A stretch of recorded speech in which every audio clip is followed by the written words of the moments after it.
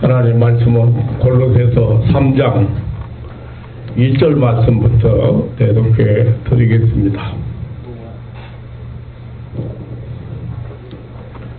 그러므로 너희가 그리스도와 함께 다스의 살리심을 받았으면 위의 것을 찾으라. 거기는 그리스도께서 하나님 우편에 앉아 계시느니라. 위의 것을 생각하고 땅의 것을 생각지 말라. 이는 너희가 죽었고 너희 생명이 그리스도와 함께 하나님 안에 감추었음이니라. 우리 생명이신 그리스도께서 나타나실 그때에 너희도 그와 함께 영광 중에 나타나리라. 그러므로 땅에 있는 지체를 죽이라. 곧 음란과 부정과 사욕과 악한 정욕과 탐심이니 탐심은 우상 숭배니라. 이것들을 인하여 하나님의 진노가 임하느니라. 너희도 전에 그 가운데 살 때에는 그 가운데서 행하였으나 이제는 너희가 이 모든 것을 벗어버리라. 곧 분과 악의와 해방과 너의 입에 부끄러운 말이라. 너희가 서로 거짓말을 말라. 옛사람과 그 행위를 벗어버리고 새사람을 입었으니 이는 자기를 창조하신 자의 형상을 조차 지시기까지 새롭게 하심을 받는 자니라. 10절 말씀까지 대독해 드렸습니다.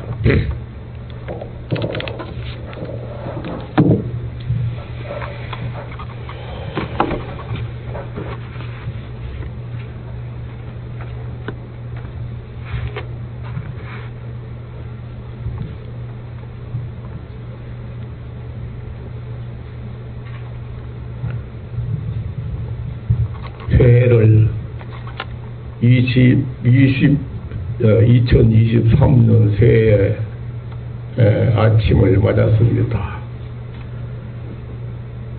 새해 아침에 하나님 앞에 이렇게 예배를 드릴 수 있는, 경배를 드릴 수 있는 그한 복을 받은 사랑하는 성도 여러분, 금년 한 해도 하나님의 은혜 가운데 하나님이 나와 여러분에게 약속하신 무한한 은혜와 축복을 받는 한 해가 되시기를 주님의 이름으로 축원합니다. 영원한 생명을 얻은 우리 성도는 성경에 보면은 듣기만 해도 감격스러운 이름들이 다양하게 많습니다. 우리 성도의 그 신분이나 또 받을 축복이나 그리고 특성 또 특권 이런 것들을 비유적으로 표현한 정말 가슴 벅찬 표현들이 너무도 많습니다. 예를 들면 구약에서는 시냇가에 심겨진 나무로 묘사하기도 했습니다. 뭐 백향목이라든지 감람나무로 묘사하기도 했고, 또 예수님은 양으로 묘사하기도 말씀하시기도 했습니다. 사도 요한 같은 사람들은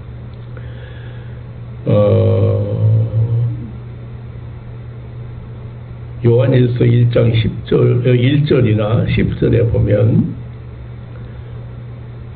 하나님의 사랑을 입은 하나님의 자녀라 일컬음을 받았다. 보라 아버지께서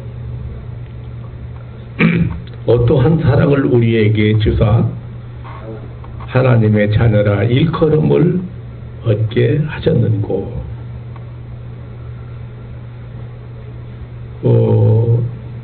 그러므로 요한일서 3장 10절에 보면 그러므로 하나님의 자녀들과 마귀의 자녀들이 나타나니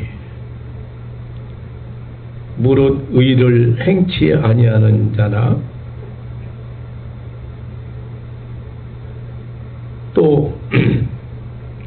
또는 그 형제를 사랑하지 또 형제를 사랑하지 않는 자들은 하나님에게 속하지 않은 자들이다. 이는 보면 하나님의 자녀들이라는 표현을 썼습니다. 사도 바울은 에베소 5장 8절에서 빛이요 빛의 자녀라고 표현을 했고요. 너희가 전에는 어둠이더니 이제는 주 안에서 빛이라. 그래서 빛의 자녀들처럼 행하라. 고린도후서 5장 17절에는 누구든지 그리스도 안에 있으면 새로운 피조물이라. 이전 것은 지나갔으니 보라 새 것이 되었도다. 거기 보면 새로운 피조물이라는 표현을 사용했고,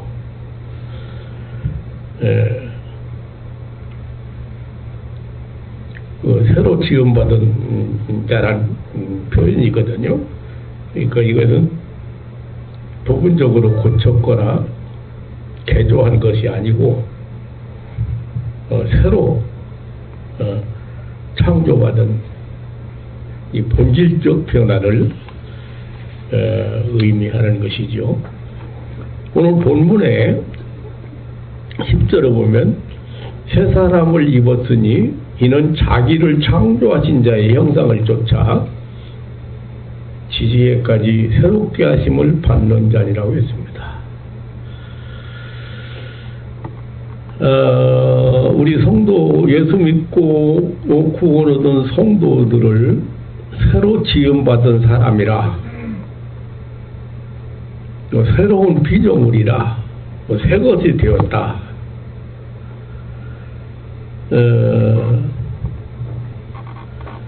오늘 본문 10절에는 옛사람과 그 행위를 벗어버리고 새 사람을 입었다 뿐만 아니라 자기를 창조하신 자의 형상을 좇아 지시에까지 새롭게 하심을 받는 자라고 했습니다. 새로운 피조물, 새로 지음받은 사람, 새것, 새 사람을 입었다, 새롭게 하심을 받는다, 이런 표현을 보면은 우리 성도는, 구원받은 우리 성도는 본질적으로 변화된 사람이라는 사실을 명백하게 알 수가 있습니다. 그리고 이 새 사람이 된다는 것, 새로 지음받는다는 것, 새롭게 되는 것, 이런 것들은 자기 스스로 되는 것이 아니고 또 자기 자신의 노력에 의한 것이 아니고 하나님께서 하시는 일임을 알 수가 있습니다. 우리는 새해 첫날을 맞이했습니다. 항상 새로운 하루를 우리가 시작합니다마는 오늘은 특별한 의미를 부여한 그 새해 첫날입니다. 그래서 이제 오늘 성도를 새 사람을 입은 사람이라, 또 새로 지음받은 자라, 그런 말씀을 근거로 해서 또 그런 말씀을 생각하면서 새 사람을 입은 자라는 제목으로 은혜를 나누고자 합니다. 어렸을 때 시집온 며느리를 새아가 혹은 새 사람이라고, 새 사람 어디 갔냐, 새 사람 뭐하냐, 새 사람 이라고 이렇게 했는데 이해를 잘 못했습니다.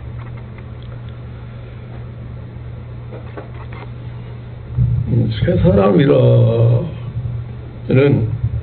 의미를 잘 모르고 그냥 아마 새롭게 새로운 가족이 생겼기 때문에 새 사람이라고 하나보다 그렇게 생각을 했는데 나중에 그 깊은 의미를 알게 되었습니다.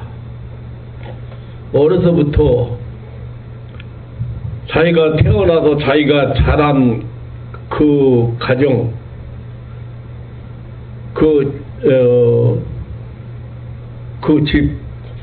집의 풍속, 그 집의 습관, 또 지금까지 가지고 있던 어떤 삶의 목표, 개인적인 어떤 계획, 이런 것들을 다 버리고 다 포기하고, 그리고 시집을 왔기 때문에, 그래서 시집 와서 이제 새로운 인생을 살아가기 때문에 새로운 가족 만나고 새로운 가풍과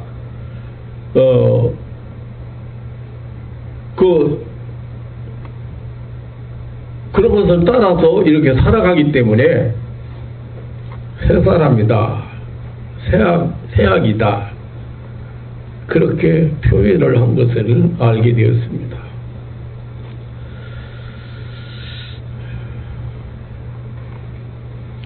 오늘 본문은 새 사람을 입었으니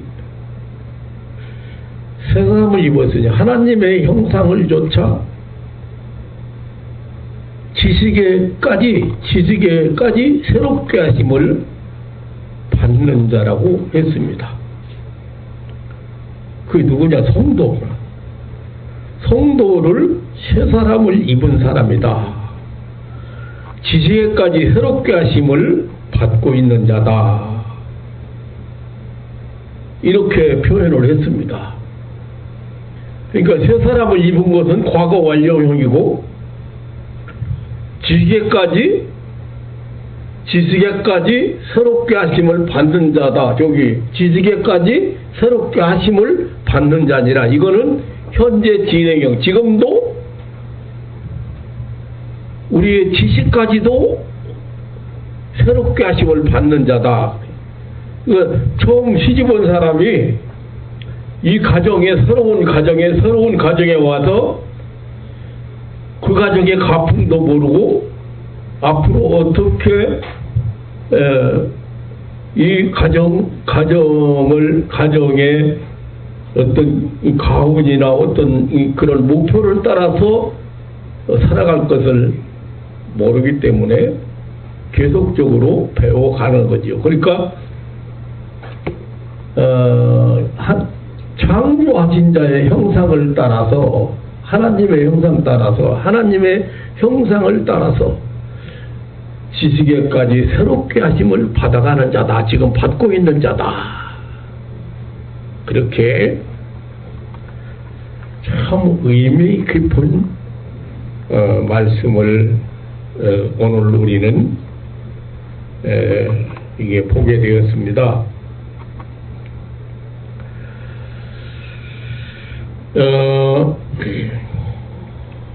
그러니까 지금도 계속해서 새롭게 되어가는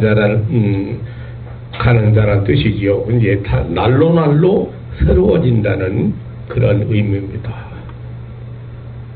우리 아가들이 자라가는 것처럼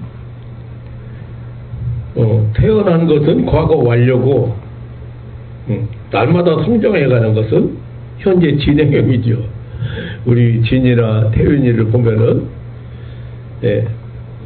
이제 날로 성장해 가는 것을 보고 얼마나 기뻐하고, 부모도 기뻐하지만 우리도 같이 기뻐하고 감사하는지 모르겠습니다. 왜 예수 믿고 구원받은 성도를 새로운 피조물이라고 하는가? 왜 새 사람이라고 하는가?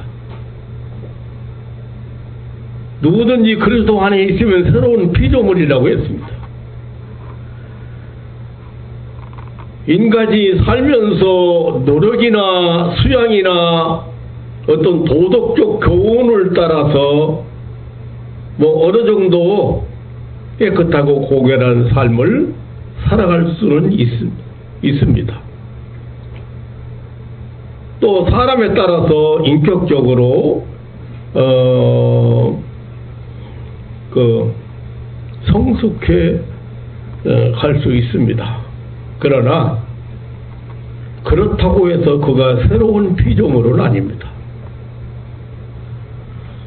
새 사람은 아닙니다.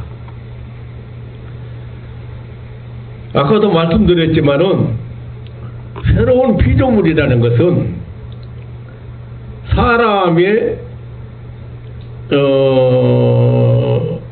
어떤 부분이 변화되거나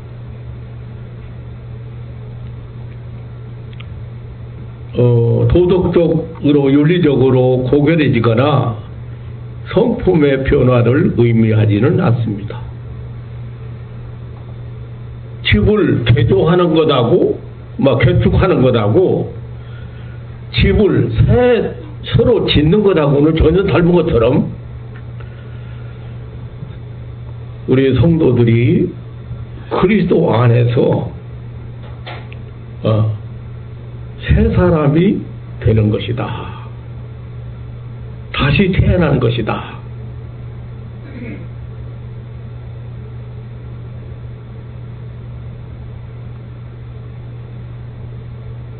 여러분들이 얼마나 고결한 신분이고 또 여러분들이 얼마나 엄청난 축복을 받았는지 잘 모르고 신앙생활을 합니다. 그리고 지지계까지 새롭게 하심을 받아가야 되는데 항상 성장하지 못한 신앙인들을 많이 보게 됩니다.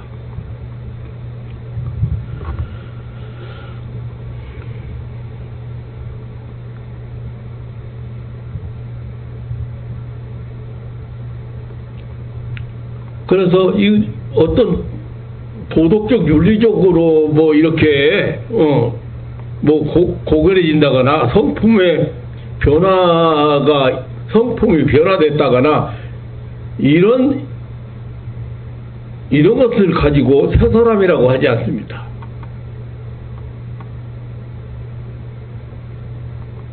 아까 말씀드린 본질적인 변화예요. 본질적인 변화.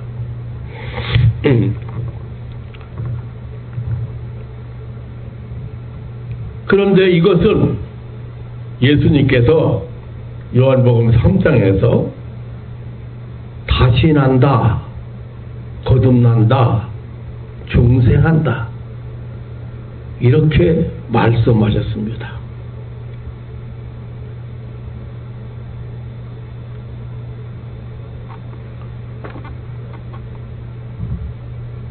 그러니까 예수를 마음에 영접하는 순간 여러분들은 새로 태어난 사람들입니다. 바울 사도는 로마서에서 생명이신 예수 그리스도와 연합이라고 표현을 했습니다. 그리스도의 영을 받은 것, 성령을 받는 것이라고 했습니다. 양자의 영을 받는 것이라고도 했습니다. 이것은 신비에 속한 것입니다. 그래서 예수님께서 거듭남을 그 중생을 설명하실 때에 바람의 비유를 했습니다. 바람이 어디서부터 시작해서 불어오는지 어디로 가는지 모르는 것처럼 거듭나는 것도 본인이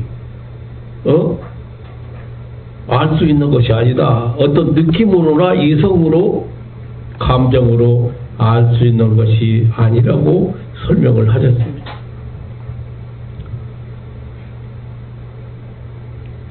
요한복음 1장 13절에는 혈통으로나 육적으로나 사람의 뜻으로 나지 아니하고 하나님으로 오직 하나님으로 난 자라 하나님으로서 난 자 하나님께로서 난 자들이라 그렇게 표현을 했고, 요한복음 3장 5절로 6절에는 성령으로 난 자들이라. 그러니까 성령으로 난 자. 한두 가지 고쳤다든지 남보다 약간 선하게 산다든지 남보다 선한 마음씨를 지니고 산다. 그런 것을 새로운 사람이라. 그것이 새 사람이 된 것은 아닙니다.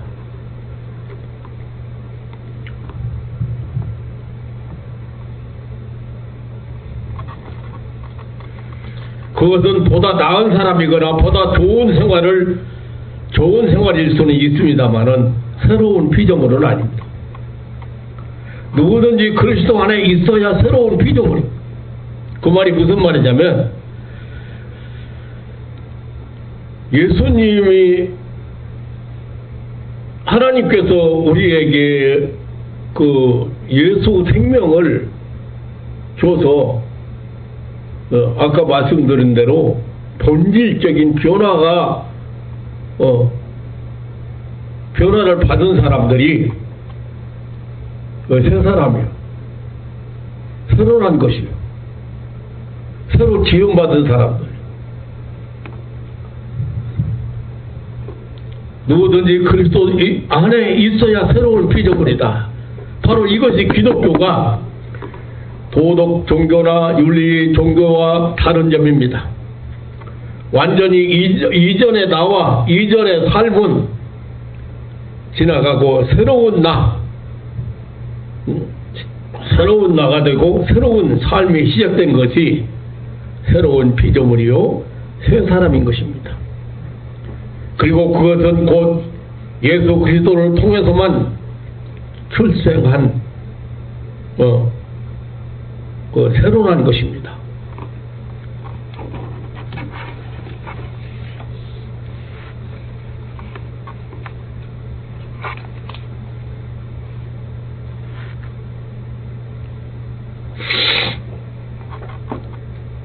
여러분, 내가 새 사람인지 새로 난 사람인지 거듭난 사람인지 중생한 사람인지 여러분 스스로 어떻게 태어났는지 신앙적으로 성숙하지 못했을 때 잘 모릅니다.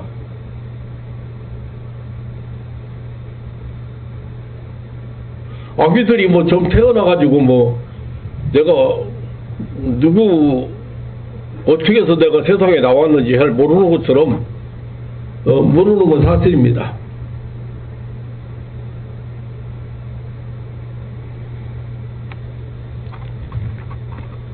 원래 인간은 하나님과 친밀한 교제를 나누며 살아야 하는 존재였습니다.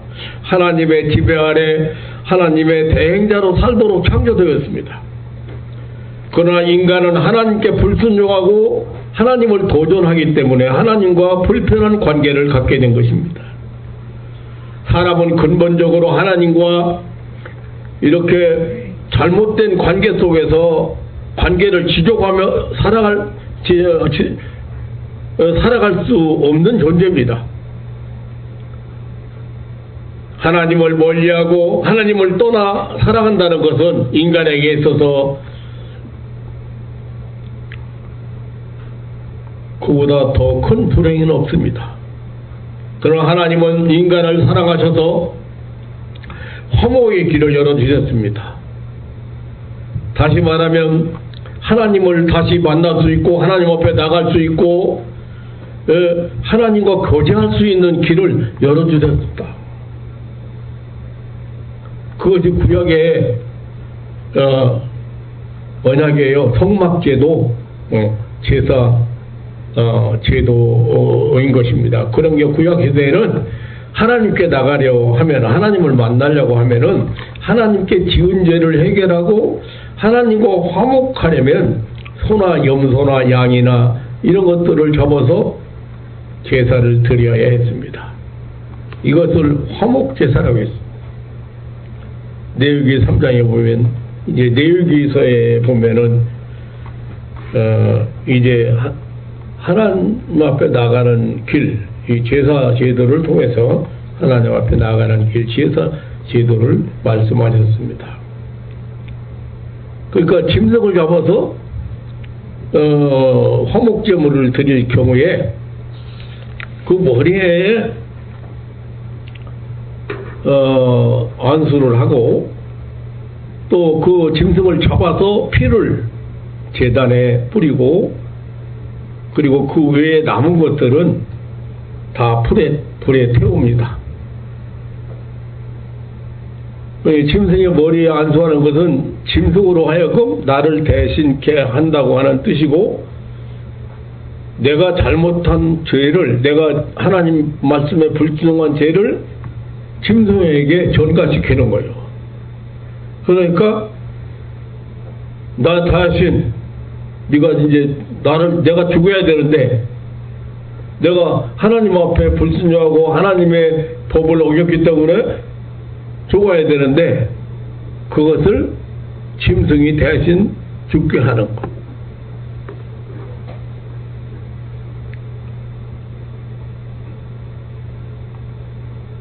짐승의 머리에 안수하는 것은 짐승으로 하여금 낫을 대신한다는 뜻이고, 나를 대신한다는 뜻이고, 즉 내가 잘못한 모든 죄를 짐승에게 전개하는 것이고, 피를 뿌리는 것은 나의 생명을 드린다는 뜻입니다. 피는 생명이기 때문에 피 흘림이 없은즉 죄사함이 없는이라고 했잖아요. 그리고 이제 남은 부분들이 있잖아요. 내장이나 뭐 기름이나 뭐 이런 이것들, 머리나 이런 것들 모두 다 불에 태운다는 것은 죄의 소멸을 의미합니다. 그러니까 내가 지은 죄를 그 짐승이 대신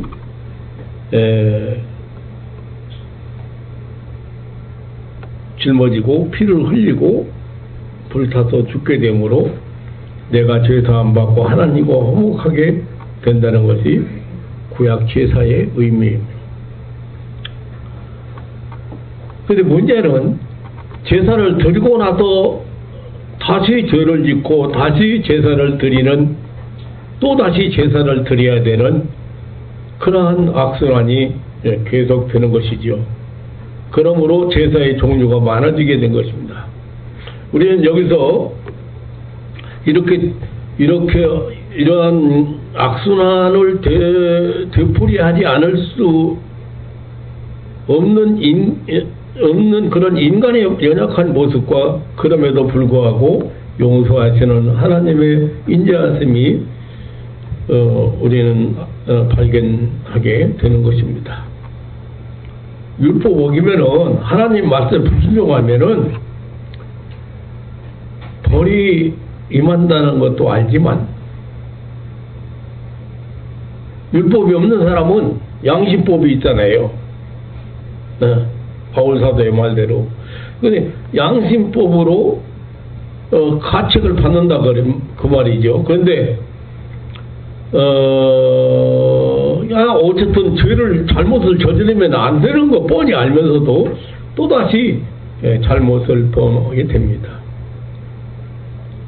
하나님과 함께 있을 때는 법이 필요 없었어요. 무슨 법이 필요합니까?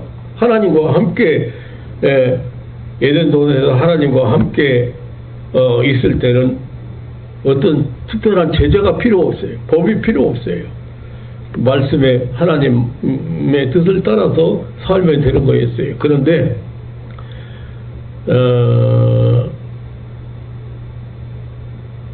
타락한 인간은 이제 법과 질서를 필요로 하게 되었고, 하나님은 율법을 그래서 제정하신 것입니다. 근데 그 중에 한 가지만 범해도 다 범한 것이 되는 거거든요. 율법이라는 것은 어쨌든 이 제사를 통해서 죄를 용서받아야 했습니다. 그러니까 그 제사는 또 다시 죄를 범했을 때 다시 제사를 드려야 되고 불완전한 것이지요. 바로 그런데 이제 새 언약을 세웠어. 하나님께서 이제 구약은 옛날 언약이잖아요. 새 언약을 세워서 이제 세상 죄를 담당하기 위해서 영생을 잃어버린, 영원한 생명을 잃어버린 그런 인간을 구원하기 위해서 독생자를 보내겠다. 그런 새 언약을 세운 것이 신약이에요. 그래서 그 신약의 새 언약의 약속이 뭐예요? 예수님이죠. 독생자. 예수님을 보내신 것입니다. 로마서 5장 8절에 우리가 아직 죄인 되었을 때 그리스도께서 우리를 위하여 죽으심으로 우리에 대한 하나님의 사랑을 확증하셨다고 했습니다. 로마서 5장 10절에 우리가 하나님과 원수처럼 되었을 때 그 아들의 죽으심으로 하나님과 화목하게 되었다고 했습니다. 이 말씀의 뜻은 구약시대에 하나님과 인간이 화목하기 위해서 소나 양이나 염소를 제물로 드렸던 것처럼 예수 그리스도께서 자기 자신을 화목제물로 십자가에 드려서 우리의 죄를 대신하여 죽으셨고 그 결과 우리가 하나님과 화목하게 되었다는 것입니다. 다시 말하면 예수 그리스도는 화목제물이라는 말씀입니다. 다른 말로 표현하면 예수님은 화해자요 중보자가 되신 것이죠. 그러므로 바울 사도는 고린도후서 5장 17절에 누구든지 그리스도 안에 있으면 새로운 피조물이라 이전 것은 지나갔으니 보라 새 것이 되었도다라고 말씀하니 이게 누구든지 이 그리스도 안에 있으면 그 그리스도 안에 있다는 말이 뭐예요? 독생자를 하나님의 독생자 예수 그리스도를 보내셔서 인류의 죄를 담당하게 하신 그 은혜 안에 있는 것입니다. 그 언약 안에 있는 거예요. 다시 말하면 예수 믿으면 죄사함 받고 새로운 사람이 되는 거예요. 죄 때문에 하나님과 불화했고 하나님 앞에 나갈 수가 없고 하나님을 만날 수가 없던 사람들이 하나님과 화목하게 되는 것다. 그러니까 새로운 피조물이라는 것은 다른 말로 표현하면 하나님과 화목된 사람들이에요. 그런데 하나님과 화목되는 방법이 내가 어떻게 해서 하나님 앞에 나갈 수도 없고 하나님을 만날 수도 없고 하나님을 알 수도 없는데 방법이 없잖아요. 그러니까 하나님께서 그 방법을 만드시고 제시하신 것이에요. 우리는 그 사실을 그냥 인정만 하는 거예요. 그럼 인정하는 사람은 어떤 사람이에요? 예, 새로 난 사람이에요. 새 사람이에요. 영적으로 새 생명을 얻은 사람이라고. 원리를 잘 아셔야 돼요.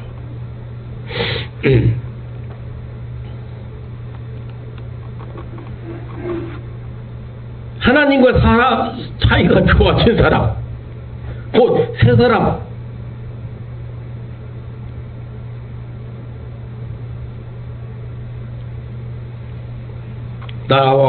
그러므로 나와 여러분은 예수를 영접하고 예수를 믿고 나의 구주로 고백한 나와 여러분은 새로운 피조물이다. 새 사람을 입은 사람들이.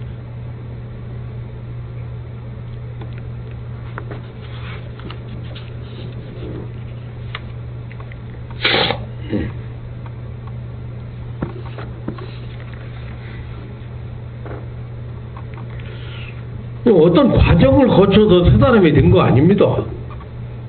어떤 노력에 의해서 새 사람 된 것도 아닙니다. 예수 그리스도를 구주로 믿는 순간, 다시 말하면 천국 복음을 믿는 순간 새 사람이 된 것이다.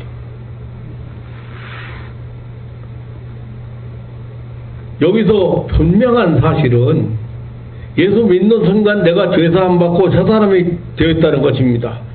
그런데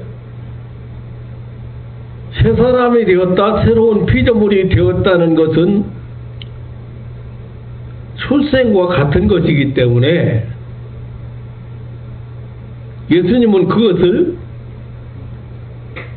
새로 났다, 거듭났다, 다시 났다, 중생했다 이렇게 표현했다는 말씀을 아까 드렸잖아요. 새로 났으면 신생하잖아요. 그 신생하는 성장이라는 과제를 안고 태어나는 것입니다.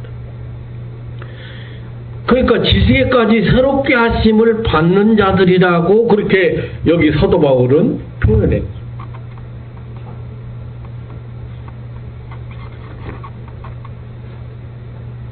태어난 아기는, 새로 태어난 아기는 분별력도 없고 철도 없고 그냥 자제 능력도 없잖아요.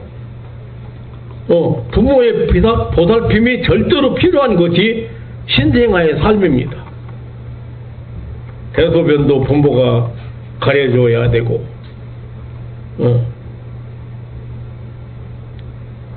우리 성도들 마찬가지입니다. 예수 믿고 교회 다닌다고 해서 세상적인 것, 육신적인 것들을 초월을 해서 산다거나 당장 뭐 성자가 된다거나 뭐 천사가 되는 거 아닙니다. 교회를 다니면서 행실의 옷을 망가뜨리고 흑수성이가 되는 거 하면은 다혈질, 신경질 그대로 가지고 있고 고치지 못한 행실이나 버리지 못한 습관도 너무 많습니다.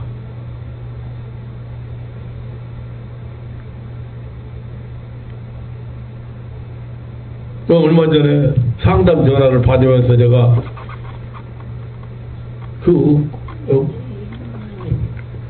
그 설명을 해줬는데, 교회 다니는데 오래되고 수십 년 됐는데 마지막 세상 떠나면서 아무것도 모르고 떠났다고 생각해 보세요. 천국 가나 못 가나, 용서 얻었나 못 얻었나 의심스럽다는 거요. 그래서 그런 말이 어딨냐. 문제는 성장을 못했기 때문에, 성장을 안고 있었기 때문에, 신앙 거듭나기는 했는데 성장을 안고 있었기 때문에 하나님 나라를 못하는 것 뿐이다. 하나님의 능력을 체험하지 못하고, 하나님의 사랑을 체험하지 못하고, 하나님께서 우리 인간에게 베푸시려고 하는 은혜의 세계를 많이 체험하지 못한 것 뿐이지 그건 아니다.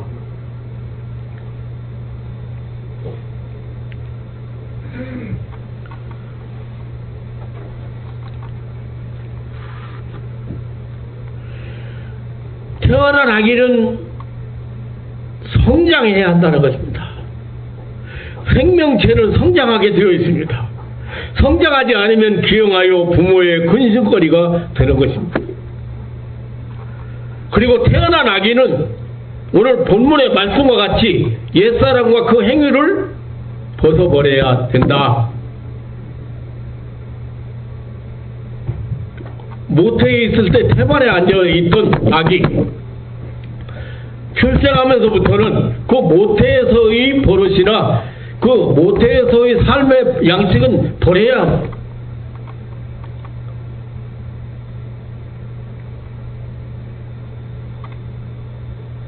우리에게 벗어버려야 될 옛사람은 과연 어떤 것입니까?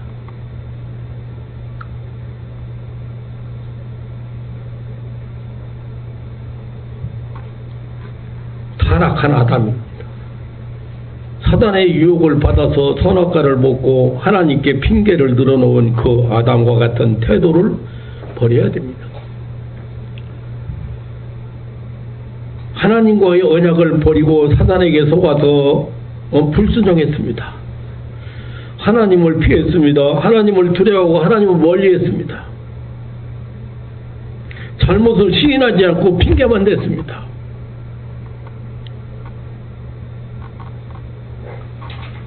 아마 이 말을 하고 있는 바울 자신에도 그러한 마음이 자주 일어난 모양 같습니다. 그래서 그런 자기의 경험을 통해서 이러한 마음의 옷을 벗듯이 벗어버리라고 그렇게 강조한 것 같습니다. 옛사람은 이방인의 사고방식입니다. 이방인을 성경에 보면, 마태복음에 보면은 이방인을 동물인 개로 비유를 한 것도 있습니다. 개는 더럽고 절개가 없고 함부로 물어뜯는다고 했습니다. 이방인이 버림받은 이유가 바로 여기에 있는 것입니다. 가끔 우리 그리스도인에게도, 우리 성도들에게도 이방인 곧 불신자의 사상이나 생활 방식을 따를 때가 많습니다. 그런 것을 아주 벗어버리라고 한 것이.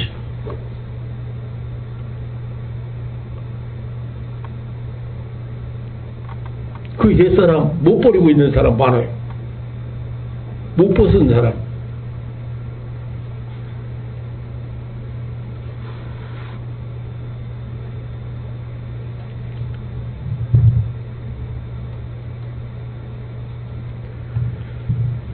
너무도 세상적이고 너무도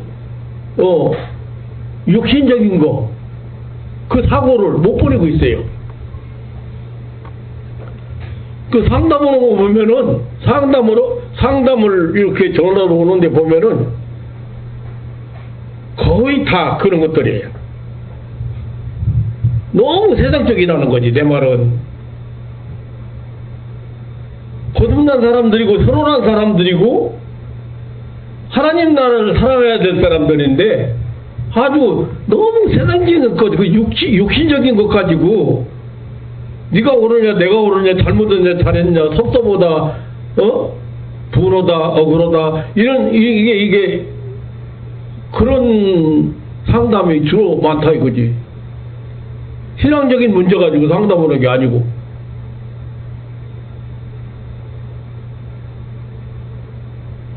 그러니까 그게 뭐요? 성장하지 못한 거예요. 성장하지 못했기 때문에 그런 거예요. 성장하지. 그래서 뭐 그런 사람을 비난하거나 그럴 수는 없지만 성장하지 못하고 있다.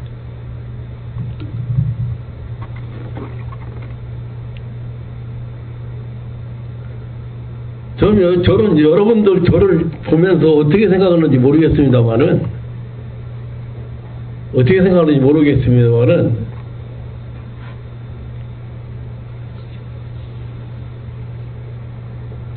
저는 누구한테 뭐 섭섭하거나 뭐 누구를 미워하거나 뭐 누구를 싫어하거나 못마땅하게 이런 것이 별로 없어요.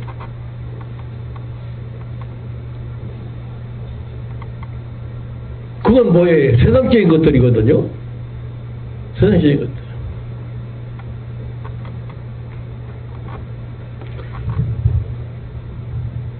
우리 집이 8남매예요. 8남매. 장로가 4명이에요. 권사들 몇 명이요? 권사들 집사들 다 그런 사람들이 형제들이 다 그런 사람들이거든요.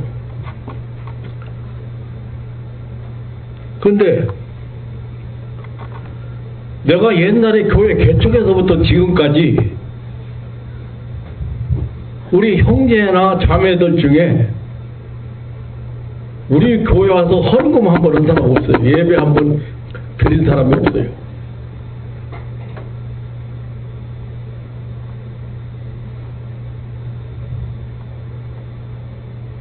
지금도 마찬가지예요.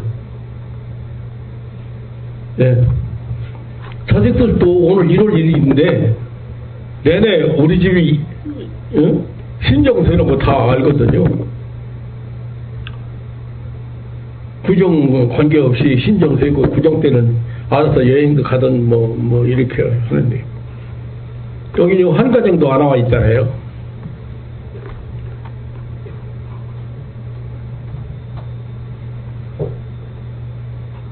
여러분 같으면 어떻게 생각할 것 같아요?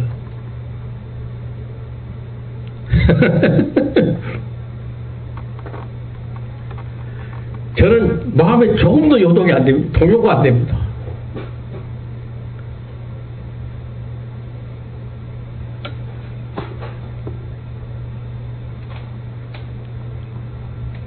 너무 세상적인 것들이에요.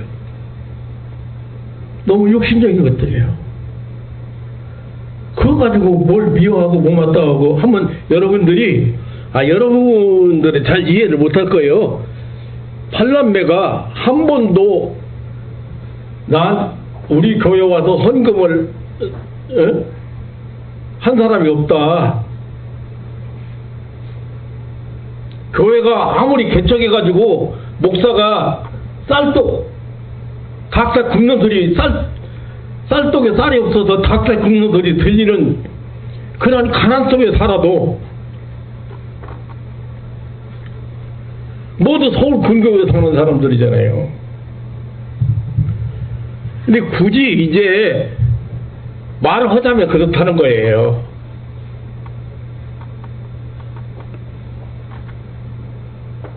그럼 나 같으면 그래요. 나 같으면 1월 1일이니까 교회 안 다니는 사람이라고 하더라도 한번 집안에 제일 큰 어른이고 그러니까 1월 1일이고 그러니까 세배도 가야 되고 그러니까 그냥 교회에 참석했으면 좋겠다. 그거 올 것 같아요.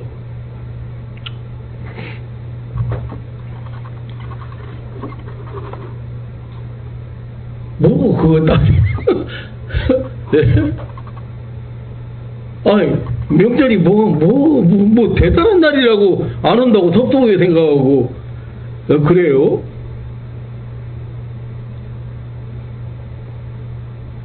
안 오는가 보다 하는. 내가 무슨 얘기를 했냐면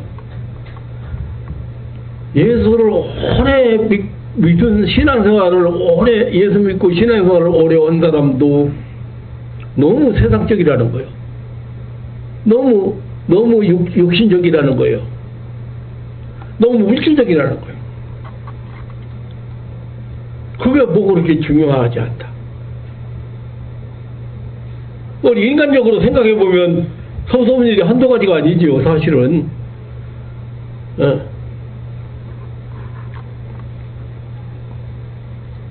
이런 것들이 뭐냐면 이방인의 사고방식인데 이게 바로 옛사람이라는 거죠. 거듭나기 전에, 새로 태어나기 전에, 새 생명을 얻기 전에 영원한 영생과 상관없이 살던 때, 천국과 상관없이 살던 때, 그때의 행실이라고 말이에요. 이거 벗어버리라.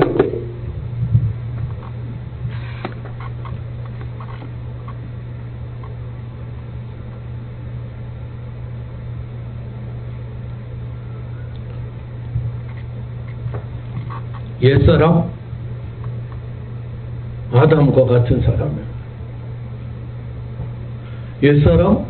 이방인 사고방식이에요. 옛사람? 탕자와 같은. 탕자 여러분 알잖아요. 부자의 큰 부자의 아들이에요. 다시 말하면 하나님의 아들이었는데 방탕해가지고 자기 부모에게 자기에게 유산 상속받을 거 달라고 해가지고 그거 가지고 나가서 다 방탕해서 다 허비하고 돼지를 치는 집에 가서 다시 말하면 마귀 종이 되어가지고 돼지가 먹는 거 먹고 배에 줄이면서 굶어죽겠다. 이것은 얼마나 이 부끄러움의 극치라고 봐야 돼요. 이러한 탕자 같은 성격이나 생활을 다 벗어던지라고 한 거예요. 이 옛사람과 그 행위를 벗어버리려고 하면은 어떻게 해야 됩니까? 먼저 땅에 있는 지체를 죽이라고 했습니다. 음란과 부정과 사욕과 정욕과 탐심, 이런 것들을 죽이라고 했습니다. 죽이라는 말은 마지막이라는 말이기 때문에 칼로 끊듯이 결정적으로 결단을 내리라는 것들입니다. 또한 마음을 뜯어 고쳐야 됩니다. 마음으로 깨닫고 마음을 뜯어 고치고 그리고 원상 회복하라는 뜻입니다. 또한 변화를 받아야 됩니다. 본문에 자기를 창조하신 자의 형상을 조차 지시에까지 새롭게 하심을 받는 자라고 했습니다. 계속해서 새로워져야 되고 계속해서 이런 것들을 벗어버려야 되는 건데, 기독교는 모방 종교가 아닙니다. 변화의 종교요, 개혁의 종교요, 재창조의 종교입니다.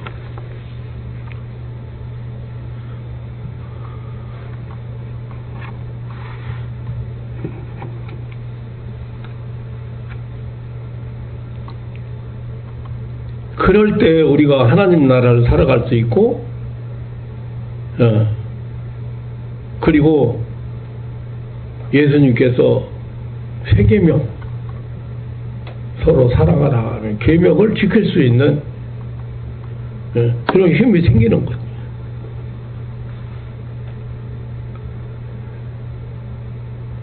야곱이 천사와 씨름하면서 기도해서 이스라엘이 되었고, 시몬과 같은 사람은 연단을 받아서 베드로가 되었고, 사울은 정말로 식음을 전폐하고 기도해서 대사도 바울이 되었는데, 때때로 이러한 변화를 받는 것이 중요합니다.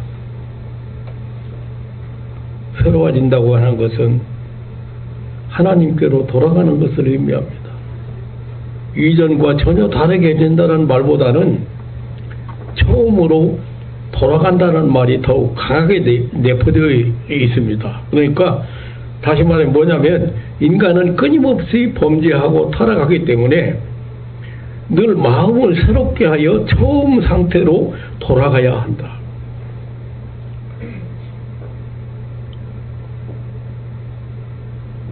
인간은 끊임없이 범죄하고 타락하기 때문에 이것은 곧 하나님께로 돌아가는 것을 말합니다.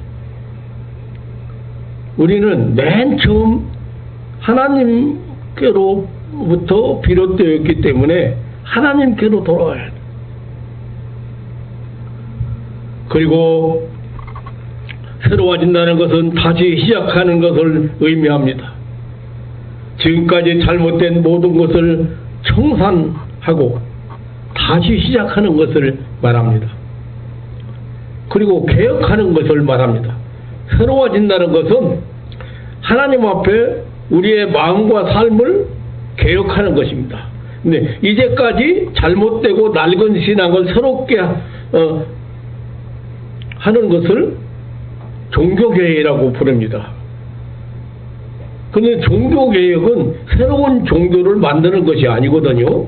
처음 종교, 다시 말하면 원래대로, 올바른 종교대로 원래대로 돌아가는 운동이 종교개혁이에요.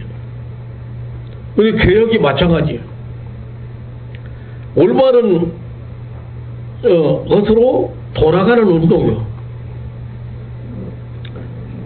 사랑하는 성도 여러분, 회의 아침에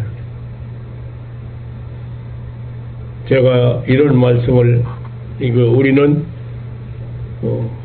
새로 태어난 사람들이다, 새로 지음받은 사람들이다, 새로운 피조물들이다. 그리고 지금도 계속해서 하나님을 좇아 하나님을 따라서, 하나님의 형상을 따라서 창조하신 자, 나를 창조하신 하나님의 그 형상을 따라서 지시에까지 새롭게 하심을 받는 자, 지금도 이렇게 매일같이 새로워져야 한다는, 새로워지고 있다는 그런 말씀을 드리는 이유가 있습니다.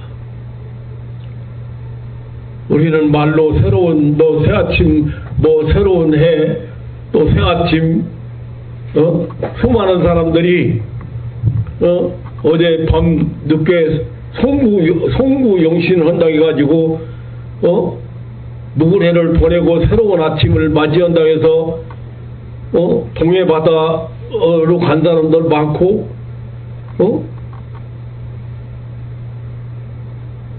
또 하나님 앞에 예배 드리고 그 송구 영신 예배를 드리면서 지난 것들을 이렇게 버리자. 혹은 우리는 지난 것을, 큰 옷을 벗어버려야 새 옷을 입을 수 있다. 그런 논리적인 그런 설교가 많더라고요. 내가 보니까. 그런데 그런 게 아니고 새로 태어났기 때문에 이제 옛날에 그런 것들을 다 버리지 않으면 안 된다는 것이 성경의 교훈이요. 새로 태어난 자들이라는 것이 성경의 교훈이에요. 새로운 피조물이라는 것이 새로 지음받은, 새로운 영을 받았다고 말이에요. 하나님의 성령을 받았다고 말이에요. 영원한 생명을 받았다고 말이에요. 그런데 이제 성장해야 되는 성장 않고 있다라고.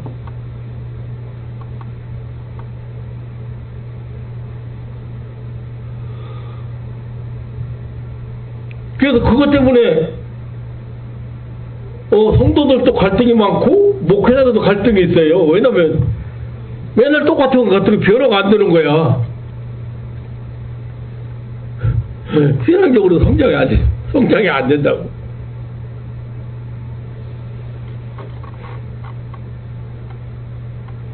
그래도 조금씩 변화는, 내가 그래도 상담하면서 그래도 조금씩 변화는 있을 거예요. 조금씩 너무 큰 기대를 갖지 마세요. 네? 너무 큰 기대.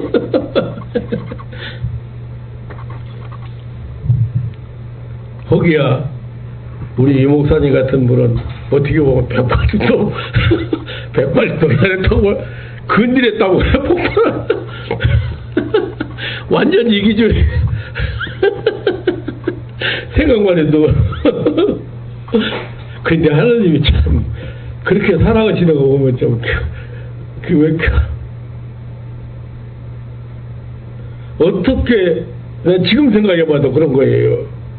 내가 그토록 거부했는데도 기도 안 해준다고 골치 아픈 사람이라고 어디부터 혼내야 되냐 거부하고 그렇게 했는데도 3년이 지난 후에까지도 그걸 안 잊어버리고 내가 이 목사님을 만나야 살 것 같아.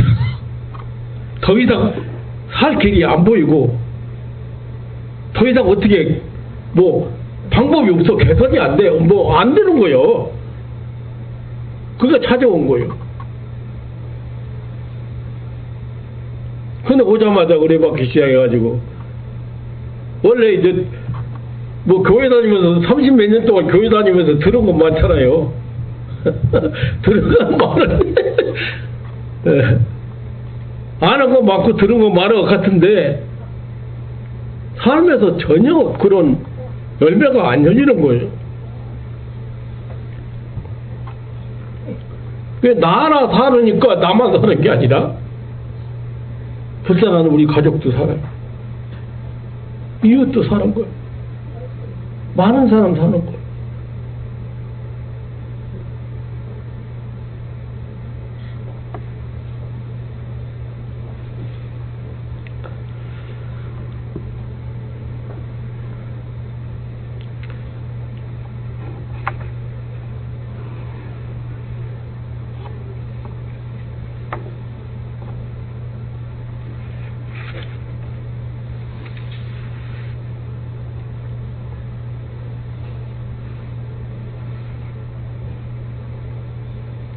우리 교회는 예수님을 영접하고 믿은 후에도 옛사람의 모습을 벗어버리지 못하는 성도가 참으로 많습니다. 자신의 감정이나 습관이나 정욕이나 상황 여하에 따라 썩어져가는 구습을 쫓는 옛사람이 행하던 버릇을 그대로 행하고 더럽고 가증한 일을 도모하는 사람들이 많습니다.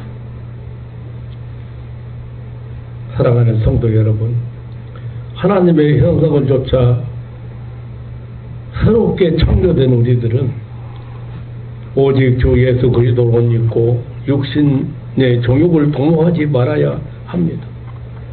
우리는 이제 이전의 어두움의 일을 벗고 빛의 갑옷을 입고 세상에서 빛과 소금의 사명을 다해야 할 것입니다. 여러분이 새 아침에 어떤 기도를 드렸는지 모르겠습니다. 그리고 금년 새해에 어떤 계획을 가지고 있는지 모르겠습니다. 제일 중요한 것은 내가 얼마나 고귀한 신분을 가지고 있는 사람인가를 먼저 아셔야 됩니다.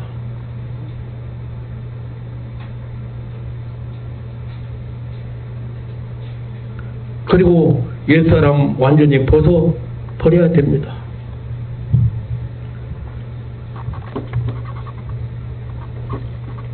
교육을 잠깐 얘기를 했습니다만은 그런 사소한 일 때문에 절대로 감정에 휘말려 들어가지 않게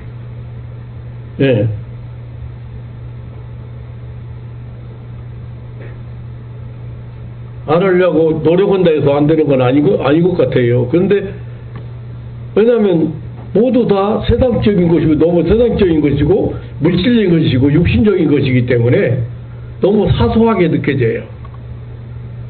대단히 중요하게 느껴지지 않아요. 그래서 어쩔 수 없이 사람을 지도하는 목사이기 때문에 다 들어주고 인정하지만 그거 가지고 뭘 따지고 그거 뭘 잘했니 잘못했니 따지고 그러는가. 그게 뭐 대단한 거라고.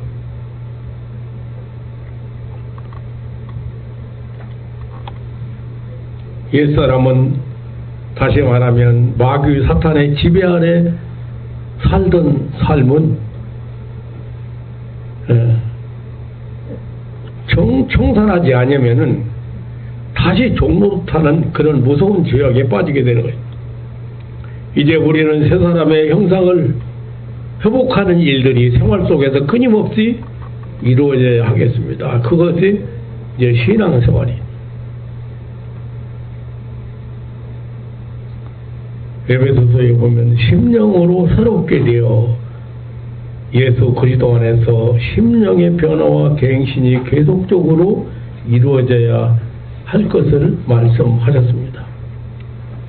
그래서 사고방식이 새로워지고 생활의 변화가 이루어져야 됩니다. 예수 그리스도를 영접하고 거듭난 성도들이 이 새 사람을 입은 성도들이 하나님의 우리를 창조하신 하나님의 형상을 쫓아 새롭게 태어난 사람들이 이제 새 삶을 살아야 마땅하다. 그 새 세계가 어디 하나님 나라.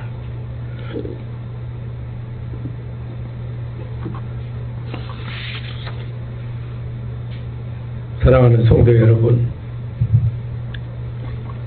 하나님께서 에베소서 1장 보면 하나님의 1장 3절에 6절에 보면 성부 하나님께서 선택하시고 예정하셨다. 실제로 12절에 보면 그 선택받은 백성들을 예수 그리스도께서 보혈로 구원하셨다. 그래서 예수 그리스도의 구속에 대해서 그리고 11절 14절에 보면 그 구원받은 인간들에게 인치시고 보증하시는 성령님의 사역을 찬양하자. 그러니까 우리의 구원은 예수 그리스도 안에서 계획된 하나님의 예정과 선택 그리고 구속의 성취와 성령의 인치심을 통한 그런 성도 개개인에 대한 그리스도의 구속 효과를 적용함으로 말미암은 것입니다. 이렇게 놀라운 은혜를 받은 사랑하는 성도 여러분, 이 한 해도 하나님은 나와 여러분에게 새로운 장을 열어주셨습니다. 다 준비해놓고 열어주셨습니다. 여러분들이 변화가 일어나서 하나님의 은혜의 세계를 살아갈 수 있는 그런 힘이 생기고 그렇게 살아가면 날마다 기적을 체험하는 줄 믿으시기를 축원합니다. 아멘. 하나님의 능력을 체험하는 것을 믿으시기를 축원합니다. 아멘. 여러분들이 그 은혜의 세계를 못 살아가는 이유는 그 옛사람을 벗어버리지 못한 때문이지 새로 나지 않았기 때문이 아니라는 사실이에요.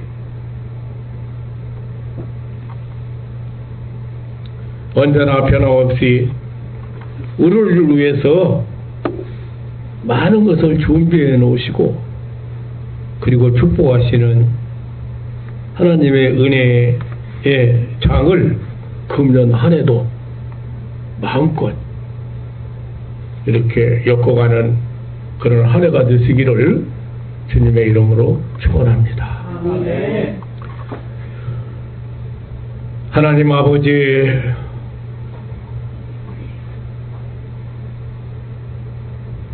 우리 구원받은 인생들의 새 노래로 찬양 받으시기에 합당하신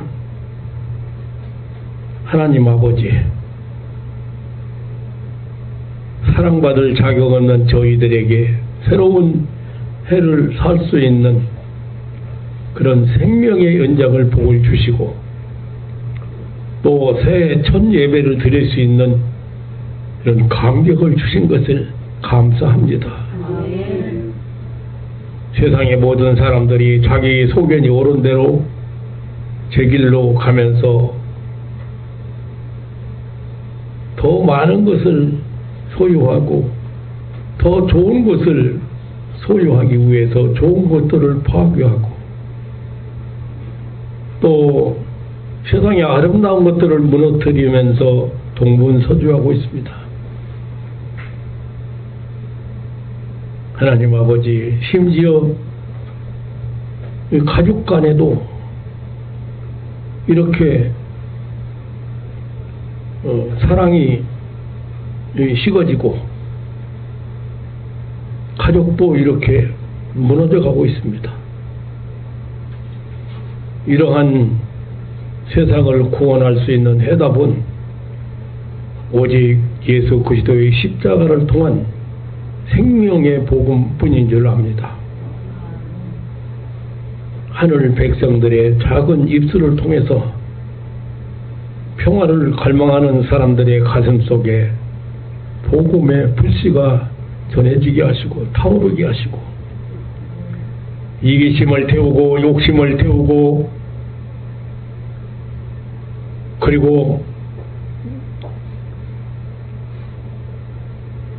화해하고 사랑하는 하나님의 자녀로 세상을 살아갈 수 있는 그런 능력을 덧입혀 주옵소서. 새로운 광흥을 의미있게 살도록 저희를 인도하여 주옵소서.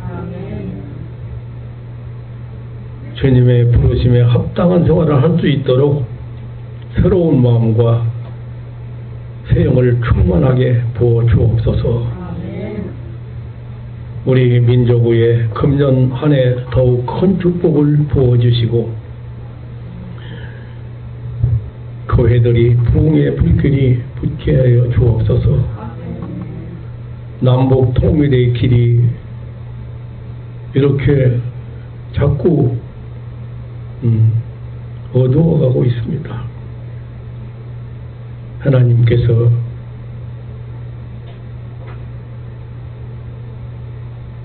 절대적인 주권을 가지고 역사하셔서